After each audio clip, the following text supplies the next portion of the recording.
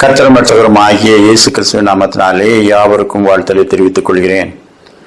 ஒரு paint contract எடுத்து செய்பவர் மற்ற எல்லா பெயிண்டர்களையும் விட குறைந்த விலையில் பெயிண்ட் அடித்து தருவதாக கான்ட்ராக்ட் எடுப்பார். அப்படி அநேக கான்ட்ராக்ட் எடுத்து குறைந்த விலையிலே அவர் அந்த வேலையை செய்து கொடுப்பார். அதன் ரகசியம் என்ன?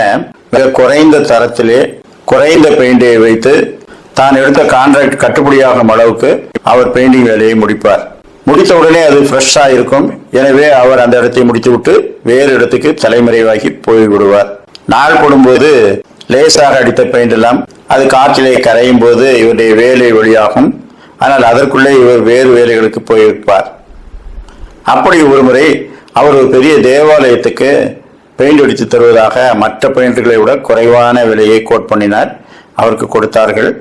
இவர் உட்புறம் எல்லாம் நன்றாக அடித்தார்.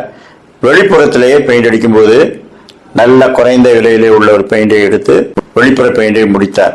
முடித்து அந்த மாலையிலே அவர் கீழிறங்கி இருப்பார். அவ்வளவுதான். அதற்குள் ஒரு கடுமையான மழை வந்து இவர் அடித்த பெயிண்ட் எல்லாம் கரைந்து விட்டது. இன்னும் பில் பணம் வாங்கும் என்பதாக அது கரைந்து விட்டதனால இவர் மனமுடைந்து போனார். நம்முடைய வேலை இப்படி மழையினாலே வெளியரங்கமாய் தெரிந்து விட்டதே, இப்பொழுது என்ன செய்ய? அப்படியானால் நான் எத்தனையோ பேரை ஏமாற்றி இருக்கிறேன். ஆண்டவரே மன்னியும். இப்பொழுது நம்முடைய தேவாலயத்திலேயே இப்படி நேர்ந்து விட்டதே, என்ன செய்ய என்று தேவாலயத்தின் சுற்றுச்சுவருக்கு அருகே நின்று ஆண்டவரை தொழுது கொண்டார். அப்பொழுது உள்ளே ஒரு பிரசங்கம் நடந்து கொண்டிருக்கிறது. அந்த பிரசங்கியார் பிரசங்கித்த பிரசங்கத்திலே மனம் திரும்பு இன்னும் காலம் இல்லை என்று அவர் பிரசங்கித்துக் கொண்டிருந்தார். அதற்கு ஆங்கிலத்திலே ரிப்பண்ட் என்று அவர் மீண்டும் மீண்டும் சொல்லி பிரசங்கித்துக் கொண்டிருந்தார். அவர் ரிப்பண்ட் என்று சொல்லுவதெல்லாம் இவருக்கு ரீபெயிண்ட் என்று கேட்டது.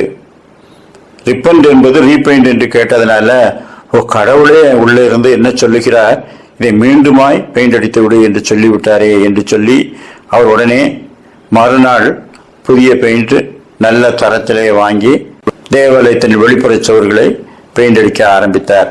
இது வேடிக்கையாக வார்த்தை பிறழ்வு என்று சொல்வார்கள். ஆனால் இதில் உள்ளாத அர்த்தம் என்ன?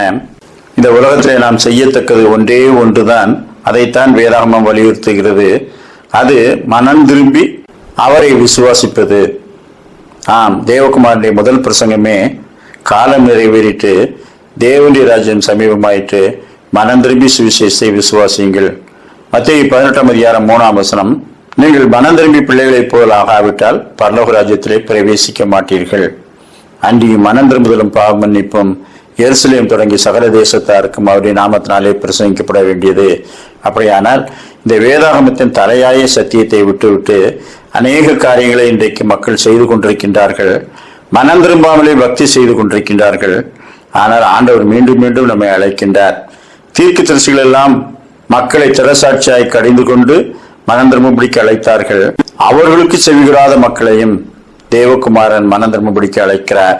நீதிமான்களை அல்ல, பாவிகளையே மனம் திரும்புவதற்கு அழைக்க வந்தேன் என்று சொன்ன அவருடைய சத்தத்துக்கு கீழ்ப்படிந்து அவரை விசுவாசிக்கிறவன் ஆக்கினைக்குள்ளாக தீர்க்கப்படான். விசுவாசியாதவனோ தேவனுடைய ஒரே பேரான குமாரனுடைய நாமத்தின் மேல் விசுவாசம் உள்ளவனாய் இராதபடியினால் ஆக்கினைக்குள்ளாக தீர்க்கப்பட்டாயிற்று. எனவே மனம் திரும்பி சுவிசேஷத்தை விசுவாசிப்போம். கர்த்தர் தாமே அப்படிப்பட்ட சிந்தனை உள்ளவர்களாய் வாழ நல்ல கிருபைகளை நமக்கு தந்தருள்வாராக. ஆமீன்.